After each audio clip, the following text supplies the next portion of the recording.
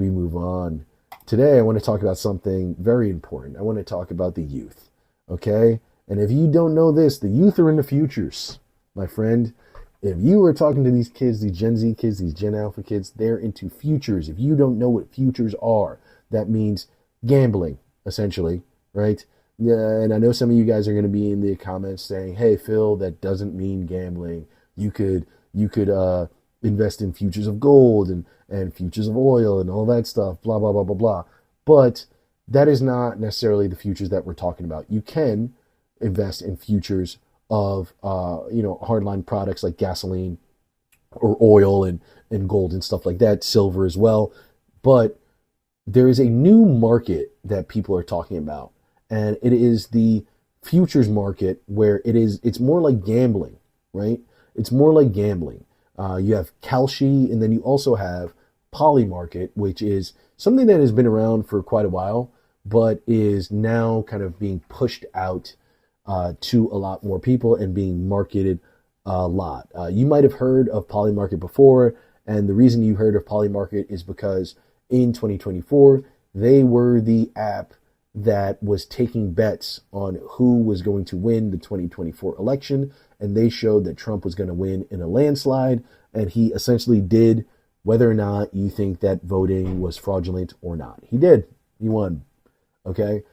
This is something that, kind of had people up in arms, and, I'm sort of against the futures thing in this sense, whether it's Kalshi or Polymarket, betting essentially on the futures of different events and cultural issues that we had. I believe there was even a Kalshi about Israel and Palestine. I get it if you're talking about gold and silver, but to be talking about, who's going to win this genocide or something like that is just disgusting to me, completely disgusting. And it bothers me. And the reason I bring up Polymarket actually is because after saying all of that and how disgusting Polymarket is and what they do, they're actually doing something that is kind of cool. Or so you may think on the surface. What they're doing is they're actually coming up with a free grocery store in NYC. Yes, you've heard that right. A free grocery store in NYC. So essentially a food bank, right? As everybody knows it, it's just a food bank with nicer stuff in it that you would actually buy at a supermarket. If you've ever been to a food bank, you would know that most food banks kind of have shit in them, right? They have pasta, they have a bunch of canned goods, and maybe some lightly bruised fruit.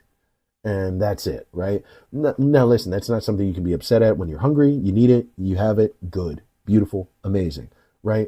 But something like Polymarket, obviously, people are going to respond to that more. If you can walk into a market and get Honey Nut Cheerios for free, this is a life-changing thing, and a lot of people have been pretty hyped up about this whole idea, but I'm telling you people to be very cautious of this stuff. And I don't say be cautious because there's no such thing as a free lunch. But the fact of the matter is that this is very clearly a manipulation, right? If you know anything about Polymarket, it has a bit of a shady past. It has been invested in by the Intercontinental Exchange, which is the parent company of the New York Stock Exchange. So now Donald Trump Jr. is one of the people who I believe is on the board or one of their major investors in Polymarket. So obviously, if he's involved, something like a free grocery store is not what they're really after, right? If Donald J. Trump, the son of Donald J. Trump, is involved in this, and we know who he is. It's not like he's, Elon Musk's trans daughter or something. This isn't the redheaded stepchild of the family who's doing a bunch of radical leftist stuff. This is Donald Trump Jr. We know him. Weird looking guy. We know this guy. These are not his values. So why are they doing this? If you think about it and you look at it, It might be because of Zohran Mamdani. He is the new mayor of New York City, a very seemingly beloved mayor in New York City. Even though people may be conservative, he does have the overall respect of a lot of people that live in New York. And one of his biggest things is city-run grocery stores. He's run on that. His campaign was basically universal childcare and city-run grocery stores, and number three, actually, freezing the rent. Right. So this is one of the three things. The grocery store. They've been trying to do this whole commissary idea. He recently got the whole free preschool for 2-year-olds thing passed, which is huge. He's been in office less than 6 months. And let's be honest, most politicians, once they get into office, it takes them about a year to get anything they promised done. And he did that in the first 2 to 3 weeks, right? So it's safe to say that he's very favorable with the people. But his next obstacle, after taking down some landlords and getting the pre-K stuff, is the commissary, or the city-owned grocery stores. With Donald J. Trump Jr. investing in this place, being a major partner of this company, you can see why private interests might be into putting a stick in the spoke of the commissary market idea. So here on Instagram, you'll see that a lot of times when Polymarket is mentioned, either by Polymarket itself or by other profiles, they're always using it as a way to kind of take down Zohran Mamdani, right? And it's actually funny because they've been promoting this whole free supermarket for a long time, for about 2 weeks before it opened. And every time they would make posts about Zohran in that stuff. And now I go to their profile and you can't find it. So they must have been deleting stuff, whatever. I'm not saying out of being scared or anything, but I think they're just like, now we're up here. We're trying to get the attention, trying to get people agitated. Now we don't need it. But you can see this right here with the Scoop US, right? And they're saying Polymarket doing what Zohran Mamdani never could, right? While politicians talk, Polymarket is taking actual action. And they, of course, are talking about this whole situation, the food bank and everything. And we've donated $1 million to the food bank for NYC to help fight food insecurity across all 5 boroughs. And this is one of those things where it's clearly a ploy when it comes to a lot of private companies, especially private companies that offer some sort of service to their customers rather than a hardline like product. They're always trying to denounce the public sector in order to get more shine on the private sector, right? And so you'll see this, and that's why essentially this post was made. It's like it's shitting on the government. Which, listen, I'm not a fan of the government as a whole, but I'm not a fan of the government because they're not spending our tax money on the right things, not because the concept of a government is worthless. That's what private equity and these private companies want you to think, or these publicly traded companies, I could say. Private in the sense of, you know what I mean, Target and all that shit. It's not the government, right? They want you to not have faith in buses and stuff, and not have faith in a publicly run grocery store, and not have faith in this and not have faith in that. Maybe about 5 years ago that Uber said that they were going to do some sort of giant shuttle, right? And then somebody in the comments on Twitter just flamed them where they were like, bro, that's a bus.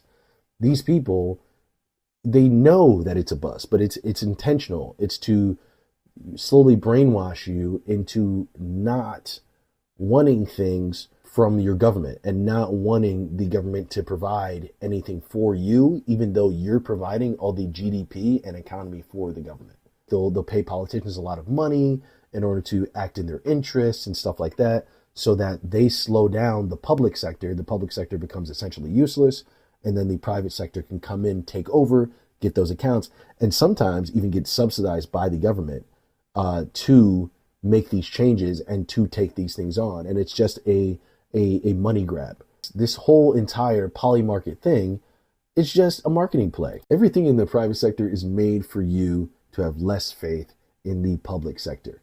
That is why they're doing this. They'll give you free stuff if it means you'll have less faith in what the government should be doing for you already, right? That's essentially what all this stuff is. I mean, this whole grocery store thing, why do you think they picked a grocery store? They could have given away anything for free. They picked a grocery store because Zoran said he was going to make groceries more affordable. And they're fighting against a guy who is trying to get the government to provide people with actual things and meet the needs of the people, which is what a government should be doing. But if a government does that, that means people will be buying less things from them, and they simply can't have that. So they're poking holes in that logic, trying to give things away and show, hey, see how easy it is when private companies do this stuff? See how easy it is when we decide to take over? You don't have to care about the government. They're idiots. They're going to take too long with legislation. We'll just give it to you. And I'm telling you, if they ever get enough support to get rid of the Mamdani commissary grocery store idea, and Polymarket is still doing this grocery store thing, which I doubt they will. This is probably only going to be like a 2-week, publicity stunt thing. But let's just say they kept it going, right? For some reason, and they kept it going while Mamdani's thing was going, and then Mamdani's thing stopped for some reason. As soon as Mamdani's thing stopped, they would immediately stop doing this. The main point is just to throw dirt on his name and the concept of people wanting things to be more affordable, right? It's just to throw dirt on the concept of anything public and for the people, right? It's just to get more favorability for people to be into libertarianism, which is one of the stupidest things of all time. This is cool, but it's just, you can see the dark motive behind it, and it's just lame as hell. It's almost like if a dude who was like hitting on your girlfriend donated to charity in order to impress her. You'd be like, yo, I guess donating to charity is cool, right? But stop trying to talk to my girl. Why are you acting like that?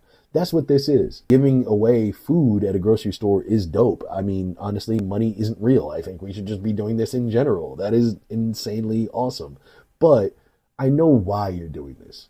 And the reason why you're doing this is what makes me uncomfortable. You gotta put yourself in the way, right? We're just trying to get the government going, and now you're trying to fool small-minded people into the thought that ruthless capitalism with no social safety net is actually the way to go. And it's very, very clearly not.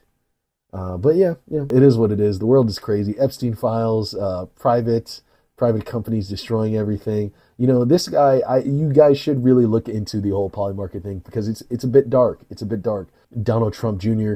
is one of the people who is invested in this company. He's part of the company, but also the creator of Polymarket got raided by the FBI in 2024. And then that is when the Intercontinental Exchange invested in them the next year. And of course, Donald Trump Jr. is on the board or whatever. And now they're doing this, right? And if you want my tinfoil hat on to be tight and strapped on, I believe that they saw how powerful of a tool this was with them dictating that Donald Trump was going to win. They decided to scare the crap out of the CEO of this company by doing a raid. And that basically had the federal government, extort him and just be like, hey, man, we could, it's technically illegal in the U.S. what you're doing. We could put you in jail, or we can buy a huge piece of this, or the people we want to buy a huge piece of this can buy a huge piece of this.